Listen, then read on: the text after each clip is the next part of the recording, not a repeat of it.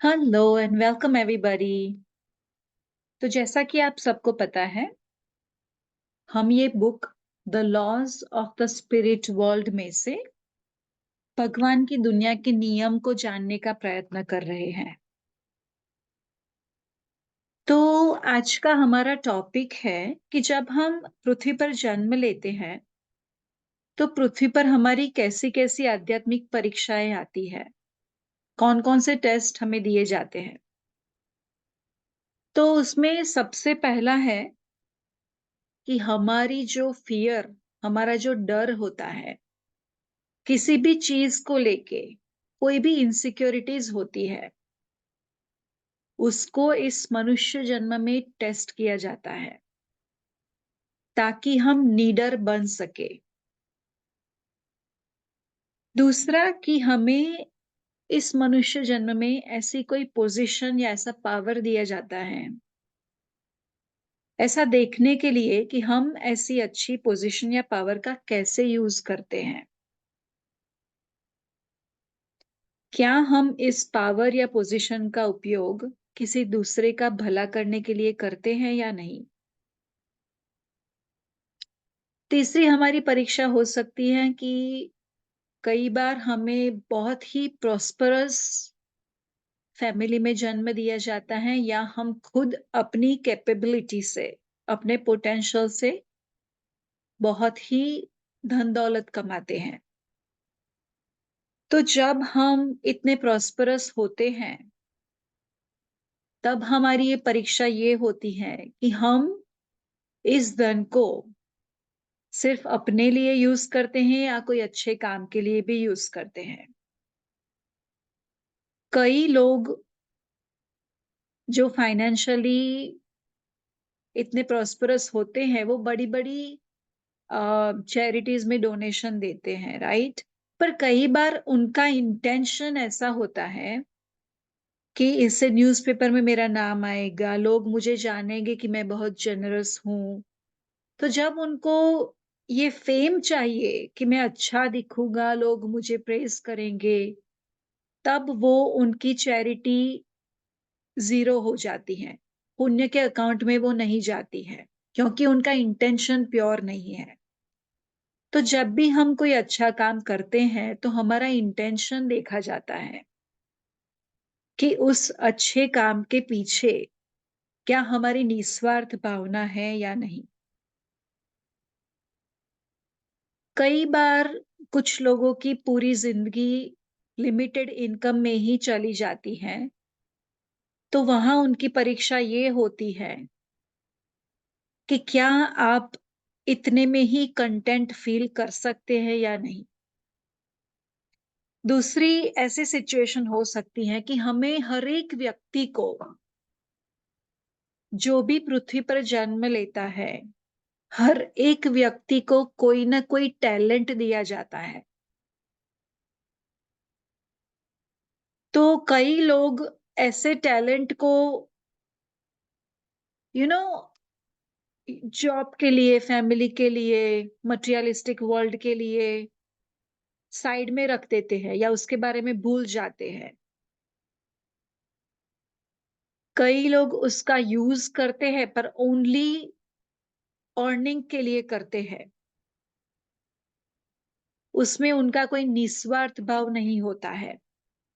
तो हर एक व्यक्ति को जो भी हम सभी को अपना जो भी स्पेशल टैलेंट दिया गया है, उसे सर्च करना है और उसे सेल्फलेसली यूज करना है।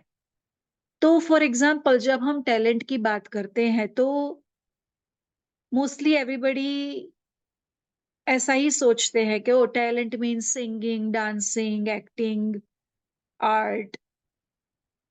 आई मीन टैलेंट में आपका कुकिंग का भी टैलेंट हो सकता है, राइट? तो अगर आपको पता है कि आप कुकिंग में अच्छे हैं और आपके नजदीक में कोई सीनियर सिटीजन्स हैं जो कुक नहीं कर सकते, तो आप उनकी मदद कर सकते हैं। जिसका जो भी टैलेंट हो, हम जिस काम में अच्छे हो, उस काम को हम निस्वार्थ कैसे किसी दूसरे की मदद के लिए यूज करें। अगर आप बात करने में अच्छे हो, आपका स्वभाव शांत हो, तो दूसरे व्यक्ति जो जीवन में थोड़े विचलित हैं, उन्हें सांत्वना देने के लिए, उन्हें प्रेम भाव दिखाने के लिए अपनी वाणी को यूज़ करें। तो टैलेंट डज़न्ट मीन कि कोई इतनी बड़ी आर्टिस्टिक चीज़ होनी चाहिए। जो भी आपकी पर्सनैलिटी में अच्छा है, वो आपका टैलेंट है। तो आपने कई लोगों को देखा होगा कि कई लोग अच्छे कुक होते हैं, पर उनको अपनी रेसिपी किसी के साथ शेयर करना नहीं होता है। क्योंकि उनको ऐसा लगता है कि वो मुझसे भी आगे निकल जाएगा, मुझसे अच्छा बनाएगा, लोग उनको ज़्यादा प्रेज़ करेंगे। कई बार जॉब पे भी ऐसा होता है कि कई लोग हमसे ज़्यादा नॉलेजेबल होते हैं, पर वो जब हम पूछने भी जाते हैं, तो वो उनका नॉलेज हमारे साथ शेयर नहीं करते क्योंकि उनको डर होता है कि वो शायद उनका प्रमोशन हो जाएगा और मैं पीछे रह जाऊँगा। तो स्पेशल अपने आप को स्पेशल फ़ील करवाने के लिए और वो अपने ईगो को सांत्वना देने के लिए वो अपना नॉलेज किसी के साथ शेयर नहीं करते हैं। तो सबसे पहले टैलेंट मीन्स आप में जो भी अच्छा हो, वो डेफ़िनेटली खुद के लिए यूज़ करे, खुद उसको एन्जॉय करे, साथ में दूसरों के लिए निस्वार्थ कार्य के लिए यूज़ करे और सबको सिखाए जिनको भी इंटरेस्ट है आपका टैलेंट सीखने में शेयर आप जितना भी शेयर करेंगे उतना आपका नॉलेज बढ़ेगा। और दूसरी कैसी परीक्षा हमारी पृथ्वी पर हो सकती है कि फॉरगिवनेस दैट मीन्स कि दूसरों को माफ करने का वो भी एक स्पेशल क्वालिटी है जो हम सब में होनी चाहिए।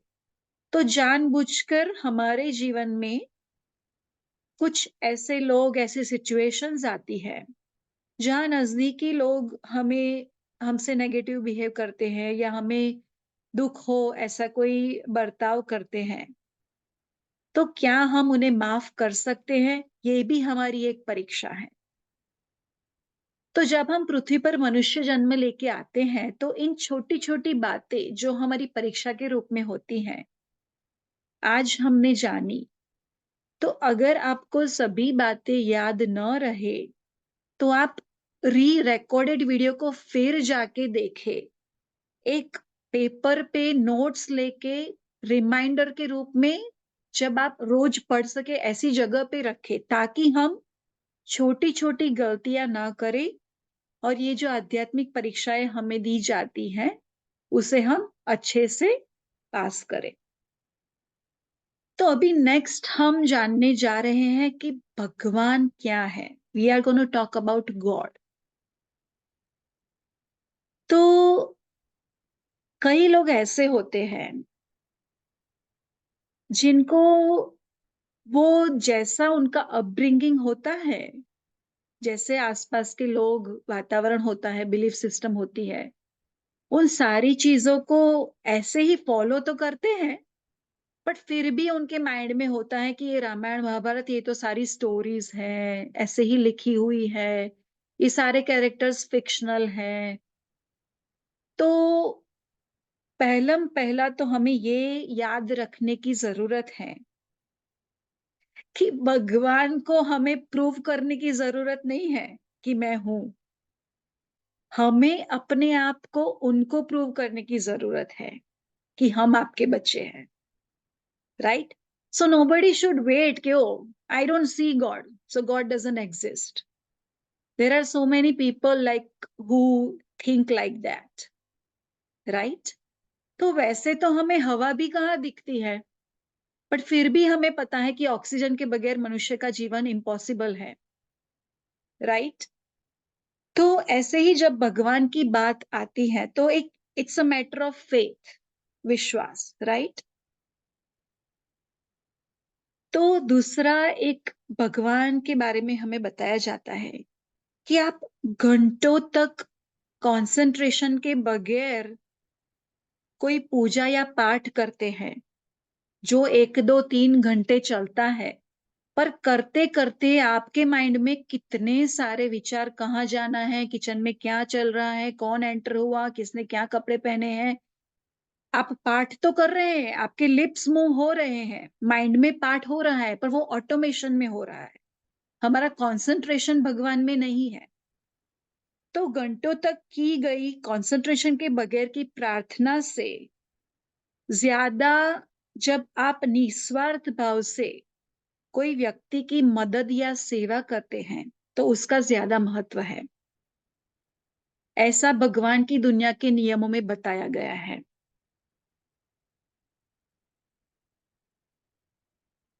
अगर आप भगवान को प्रूफ मांगेंगे कि आप मुझे प्रूव करो कि आप हो, तो उस व्यक्ति को कभी भी ये प्रूफ नहीं मिलेगा। पर जो भी व्यक्ति निस्वार्थ भाव से, प्रेम से, श्रद्धा से भगवान को याद करेगा, उन्हें बिना मांगे भगवान प्रूफ दे देंगे कि मैं हूं और तुम्हारे साथ।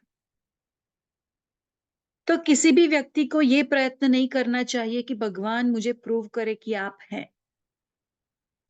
कई बार क्या होता है कि कई लोगों को लाइफ की लाइक अप्स एंड डाउन्स, जो चैलेंजेस होते हैं, हेल्थ इश्यू होता है, कोई कोर्ट केस होता है, anything, any issues, any major problems in life that you can think of. तो जब ऐसे मेजर इश्यूज के लिए भगवान को याद करते हैं, पर जब वो इश्यूज उनके सॉल्व नहीं होते हैं, तब उनकी जो श्रद्धा होती है, आस्था होती है भगवान के लिए, वो कम हो जाती है। कि आई डोंट नो, सभी लोग तो बोलते हैं पर मेरी प्रार्थना कभी आंसर नहीं होती। तो उन लोगों को, भगवान की दुनिया के नियम की इस बुक में लिखा है कि उन लोगों को ये जानना जरूरी है कि अगर आपकी प्रार्थना आंसर न हो, तो इसके कई रीजन हो सकते हैं। जैसे कि पहला रीजन, कि जो भी सिचुएशन आप अभी फेस कर रहे हैं, उसे हैंडल करते करते आपकी आत्मा की प्रगति हो रही है। आप निडर बन रहे हैं, आप इंडिपेंडेंट बन रहे हैं, आप प्रॉब्लम सॉल्वर बन रहे हैं। जो भी गुण आपकी आत्मा डेवलप कर रही है, वो गुण आपके सोल एवोल्यूशन के लिए बहुत जरूरी है। इसलिए वो सिचुएशन आपके जीवन में आई है। तो अगर भगवान आपकी प्रार्थना सुनकर उस सिचुएशन को सॉल्व कर देंगे, तो आपकी आत्मा को जो गुण सीखना है वो तो नहीं सीख पाएगी। तो एक रीजन ये हो सकता है। दूसरा रीजन, कई बार हम अपने पास्ट कर्मा को बैलेंस करने के लिए ये चैलेंजेस लेकर आते हैं। तो अगर आपको अपना पास्ट कर्मा न्यूट्रलाइज या बैलेंस करना है, तो उसमें भगवान इंटरफियर नहीं कर सकते, राइट?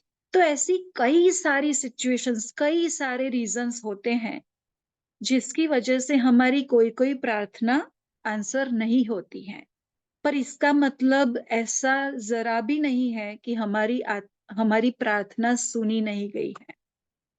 भगवान को डेफिनेटली पता है कि हमने इस मैटर में प्रार्थना की है। तो वो प्रॉब्लम शायद सॉल्व न करे, पर हमें उस सिचुएशन को सॉल्व करने के लिए हिम्मत और हमारे थॉट्स के थ्रू आइडियाज देते हैं, जिससे हम अच्छी तरह से उस सिचुएशन को सॉल्व कर सके।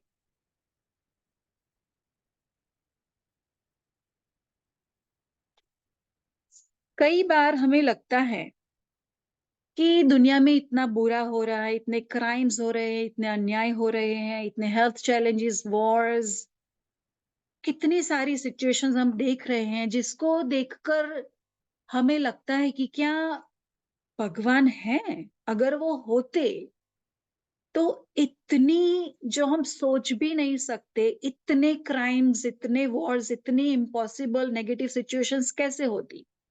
अगर भगवान होते, उन्हें फिक्स करना हो, तो वो तो सेकंड्स में ये सारे प्रॉब्लम सॉल्व कर सकते हैं, राइट? तो सबसे पहले हमें ये जानना जरूरी है कि ये जो क्राइम्स, ये वॉर्स, ये सब हो रहे हैं, ये भगवान ने शुरू नहीं किए हैं, हम मनुष्यों ने शुरू शुरू किए हैं। तो शुरू हमने किए हैं, तो भगवान हमें सिखाना चाहते हैं कि हम कैसे इसे बंद करें। अगर हमारे सभी कार्य वो ही कर देंगे, तो हम कैसे सीखेंगे, कैसे आगे बढ़ेंगे? हमारी सोल का एवोल्यूशन कैसे होगा? तो भगवान ने मनुष्य को फ्री विल दी है, फ्री चॉइस दी है, राइट? जिसका यूज़ करके मनुष्य ने नेगेटिव चॉइस लेकर क्राइम्स और वॉर्स ये सारी चीज़ें क्रिएट की हैं और इससे पृथ्वी पर नेगेटिविटी बढ़ी है। एक ऐसा समय आएगा जब कुदरत ये सारी नेगेटिविटी को दूर कर देंगे, उस वक़्त कई सारे लोग, मोस्टली हर एक व्यक्ति जो पृथ्वी पर होगा, हर एक व्यक्ति आध्यात्म की ओर बढ़ेगा। ऐसा समय आएगा, पर हमें उस समय का वेट करने की कोई ज़रूरत नहीं है। हम अभी से पॉज़िटिव चॉइस ही रखें, अच्छे मार्ग पे ही आगे बढ़े, ताकि जब वो समय आए तब तक तो हम अपनी परीक्षा में उत्तीर्ण हो गए होंगे। सबसे पहले हमें ये भी जानना ज़रूरी है कि जिस व्यक्ति को भगवान के बारे में क्वेश्चन्स आते हैं कि वो है या नहीं है, तो कैसे है, कहाँ है, इतने सारे क्राइम्स और वॉर्स के बाद क्यों चुप बैठे हैं? तो उन सभी व्यक्ति को ये जानना ज़रूरी है कि भगवान को जानने के लिए हमें अपने आप को जानना सबसे पहले ज़रूरी है। तो हम अपने आप को कैसे जान सकते हैं? ध्यान, meditation is the way to know ourselves. ध्यान के माध्यम से हम अपने अंदर के आत्मा से कनेक्ट होते हैं, जिससे हम अपने आत्मा को जान लेते हैं और हमारे आत्मा के थ्रू हम परम आत्मा को भी जान सकते हैं। तो सबसे पहला रास्ता इज़ मेडिटेशन। तो हमेशा हम अच्छाई की राह पर चले और हमारे दिल की, हमारे अंतरात्मा की जो गुडनेस है, जो अच्छाई है, वो ही भगवान है। ये याद रखकर अपने जीवन में, अपनी आत्मा की उन्नति में हम आगे बढ़े। तो thank you all for patiently listening. I'll see you all tomorrow. Bye. Good night. Jai Shri Krishna. जय श्री कृष्ण। बाय।